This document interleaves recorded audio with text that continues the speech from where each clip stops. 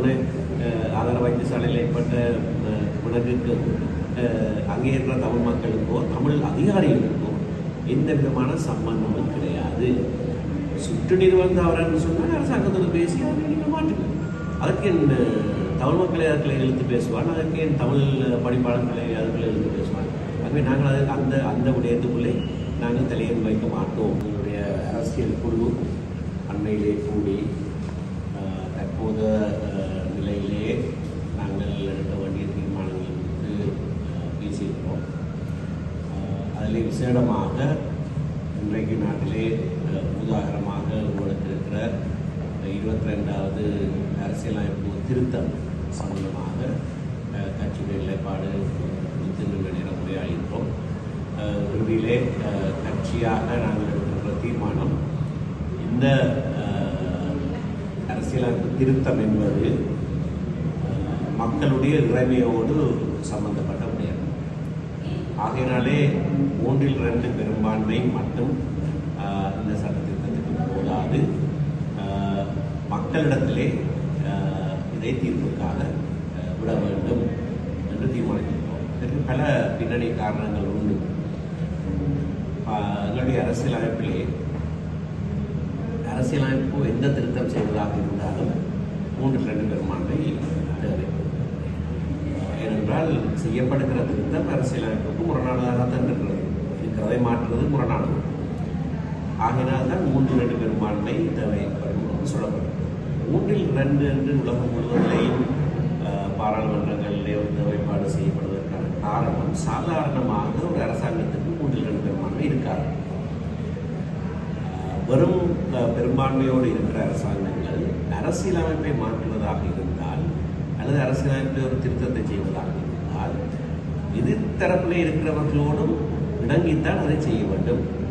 ஆகவே 100க்கு 100% இணக்கம் இல்லாவிட்டாலும் 3/2 பெரும்பான்மை என்று சொன்னால் எதிர்த்தரப்பில் இருக்கிறவர்களும் இணங்கி அதை செய்வதாக இருக்க வேண்டும். அதனால்தான் இந்த 3/2 பெரும்பான்மை என்கிற தேவைப்பாடு உலகம் பூராவும் சட்டத்திலே செய்யப்பட்டுள்ளது. அப்படியான பின்னணியிலே எங்களுடைய நாட்டிலே துரதிருஷ்டவசமாக சில சந்தர்ப்பங்களிலே அரசாங்கத்துக்கே 3/2 பெரும்பான்மை இருந்திருக்கிறது. அப்படி இருந்தபோது செய்யப்பட்ட அரசியலமைப்புகளும் அரசியலமைப்பு திருத்தங்களும் நாட்டுக்கு கேடானவைகளாகத்தான் ஏனென்றால் இருதரப்பும் சேர்ந்து செய்கிற திருத்தங்களாக அவை இருந்திருக்கவில்லை. உதாரணத்துக்கு பல உதாரணங்களை சொல்லலாம். 22ஆம் ஆண்டு முதலாவது குடியரசு அரசியல் யாப்பு எடுத்தால் அப்பொழுது இந்த ஸ்ரீமா பண்டாரநாயக அரசாங்கத்துக்கு 3/2 பெரும்பான்மை இருந்தது. ஆகவே அதை வேறொருவரையும் அவர்கள் கலந்து ஆலோசிக்க வேண்டிய தேவை இருக்கவில்லை. இலங்கை தமிழரசு கட்சி அதிலே அந்த அரசியல் பேரவையிலிருந்து விலகியது. அதற்கு பிறகு அவர்கள் 3/2 பெரும்பான்மையோடு உறுதி செய்தார்கள். 78ஆம் ஆண்டு 2வது குடியரசு அரசியல் யாப்பு செய்யப்பட்ட போது அப்பொழுது உயர்வு அரசாங்கத்துக்கு 6/5 பெரும்பான்மை இருந்தது. இதுவரையும் கேட்க வேண்டிய தேவை இருக்கவில்லை. மற்ற கட்சிகளோடு கலந்துரையாடவில்லை. தற்போது அமலில் இருக்கிற அரசியலமைப்பு அப்படியாக ஒரு கட்சியினாலே செய்யப்பட்ட அரசியலமைப்பு. ஆகவே 3/2 பெரும்பான்மை சட்டத்திலே ஒரு தேவைப்பாடாக வைக்கப்பட்ட போதிலேயும் கூட அந்த 3/2 பெரும்பான்மை ஒரு கட்சிக்கு இருக்கிற வேளையிலே அது நாட்டுக்கு தீங்கான தீர்மானங்களாகத்தான் எப்பொழுதுமே வந்திருக்கிறது. 18ஆம் அரசியலமைப்பு திருத்தமும் அப்படியானதான். அந்த ஆட்சியிலே மஹிந்த ராஜபக்சவுக்கு தேர்தலிலே 3/2 கிடைக்காவிட்டாலும் 18ஆம் திருத்தத்தை செய்கிற போது அவர் 3/2 பெரும்பான்மையை பாராளுமன்றத்திலே கொண்டு வந்து விட்டார். அதே போலதான் 20வது அரசியலமைப்பு திருத்தம். ஆனால் 17ஆம் திருத்தம், 19ஆம் திருத்தம் ஆகியவற்றை பார்ப்போமாக இருந்தால் பெரும்பான்மை இல்லாத அரசாங்கங்கள் கொண்டு வந்த திருத்தங்கள். அவை மிகவும் முன்னேற்றகரமான திருத்தங்களாக, முற்போக்கான அரசியலமைப்பு திருத்தங்களாக இருந்திருக்கிறது.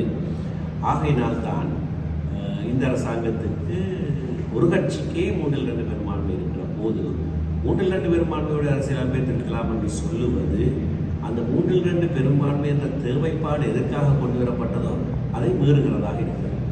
ஆகையினால் அப்படியான சந்தர்ப்பங்களிலே நேரடியாக மக்கள் அதை அனுமதிக்க வேண்டும் என்கின்ற ஒரு தேவைப்பாடு செயல்படுத்தப்பட வேண்டும்.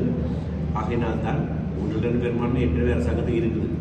ஆகையினாலே நீதிமன்ற தீர்ப்பிலே 3/2 பெரும்பான்மை மட்டும் போதும் என்று சொன்னால் அதை வைத்துக்கொண்டு அரசாங்கம் தான் நினைத்தபடி அரசியலமைப்பு திருத்தங்களை செய்யலாம்.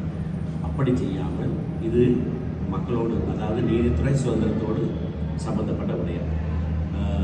வயதில்லை என்பது நீதித்துறை சுதந்திரம் என்கின்ற தலைப்பின் கீழே இருக்கிற ஒரு உறுப்புரை, 107வது உறுப்புரைக்கு தலையங்கம் கொடுக்கப்பட்டிருக்கிறது. நீதித்துறை சுதந்திரம் என்று, நீதித்துறை என்று சொல்லவில்லை, நீதித்துறை சுதந்திரம் என்று சொல்லப்பட்டிருக்கிறது.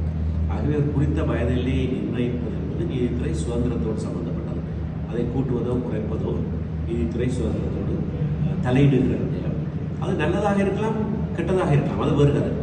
ஆனால் நீதித்துறை சுதந்திரத்தோடு தலையிடுகிற விஷயமாக இருக்க அப்படின்னாலே ஒரு கட்சிக்கு 3/2 பெரும்பான்மை பாராளுமன்றத்தில் இருக்கிற சமயத்திலே தனிக்கட்சியினுடைய திருத்தமாக அது இருக்கக்கூடாது. ஆகையினாலே மக்களுடைய தீர்ப்புக்காக அதனை விட வேண்டும். இதன் எங்களுடைய கட்சியுடைய நிலைப்பாடு. அதுக்கு மேலதிகமாக அனைவருக்கும் தெரியும், இந்த திருத்தம் சம்பந்தமாக பலர் தங்களுடைய எதிர்ப்பை தெரிவித்தார்கள். நாட்டினுடைய சட்டத்துறை முற்று முழுதாக ஏகமனதாக இதனை எதிர்க்கிறது. ஆகவே இந்த விடயத்திலே ஈடுபாடு உள்ள அந்த துறையை சார்ந்தவர்கள் 100க்கு 100% எதிர்க்கிறது. நீதிபதிகள் சங்கம் 100க்கு 100% தீர்மானம் நிறைவேற்றினார்கள். கேடான ஒரு தீர்மானம் திருத்தம் சொல்லி. ஆகையினாலே அந்த துறையை சார்ந்தவர்கள் முற்று முழுதாக இதனை எதிர்க்கிற போது அரசாங்கம் பாராளுமன்றத்திலே தங்களுக்கு இருக்கிற 3/2 பெரும்பான்மையை வைத்துக்கொண்டு இதனை நிறைவேற்ற முயல்வது சரியான ஒரு விடயமல்ல. நேரடியாக மக்களுக்கு இறைவிடுங்கள் என்று சொல்லுவதுதான் பொருத்தமானது. நிலைப்பாடு இது சமூகங்களுக்கு இடையிலே இருக்கிற ஒரு பிரச்சனையே அல்ல. இது தொழில்நுட்பமான ஒரு விடயம். அதாவது ஒரு யூனிஃபார்ம் என்ன சொல்றது, சீருடை. இது ஒரு சீருடை. போலீஸில் இருக்கிறவர்களுக்கு ஒரு சீருடை இருக்குது, ஏர்ஃபோர்ஸில் இருக்கிறவர்களுக்கு ஒரு சீருடை இருக்குது, சில தொழில்களுக்கு சீருடைகள் இருக்குது. அந்த சீருடை என்னன்னு சுப்ரீம் கோர்ட்டுக்கு அதற்கான வழிகாட்டல் அது சம்பந்தமான ஒரு விடயம். சில சமூகங்களை சேர்ந்தவர்கள் அந்த சீருடையிலே மாற்றம் விரும்பினால் அது அரசாங்கத்தோடு பேசி அதனை செய்ய வேண்டும். அதற்கும் தமிழ் மக்களுக்கும் எந்த விதமான தொடர்பு இல்லை. கல்முனை ஆதார வைத்தியசாலையில் ஏற்பட்ட விலங்குக்கு அங்கே இருக்கிற தமிழ் மக்களுக்கோ தமிழ் அதிகாரிகளுக்கோ எந்த விதமான சம்பந்தமும் கிடையாது. சுற்று நிறுவனம் அவர்னு சொன்னால் அரசாங்கத்தோடு பேசி அதை நீங்கள் மாற்றுங்க. அதற்கு என் தமிழ் மக்களை அதுக்களை எழுத்து பேசுவான், அதற்கு என் தமிழ் படிப்பாளர்களை அதுக்களை எழுத்து பேசுவான். ஆகவே நாங்கள் அது அந்த விடயத்துக்குள்ளே நாங்கள் தலையில் வைக்க மாட்டோம். தமிழ் தாத்தியர்கள் பொட்டு அணியக்கூடாது என்று ஒரு கட்டளை விடுக்கப்பட்டதாக சொல்லப்படுகிறது. அப்படியானால் அது சம்பந்தமாக பேசலாம். திருநர் அணியக்கூடாது என்று ஒரு கட்டளை எதிர்பார்க்கிறார். அதை வந்து அரசாங்கத்தோடு பேசலாம். அப்படியான கட்டளைகள் கொண்டு வருவதற்கான அதற்கு திருத்துவதற்கான நடவடிக்கை அந்த சமூகம் எடுக்கலாம். அதற்காக இன்னொரு சமூகத்தோடு முரண்பட வேண்டிய அவசியம் கிடையாது.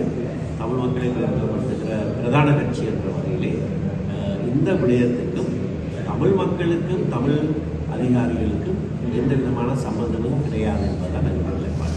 மேலதிக செய்திகளுக்காக எமது யூடியூப் தளத்தை சப்ஸ்கிரைப் செய்யுங்கள்.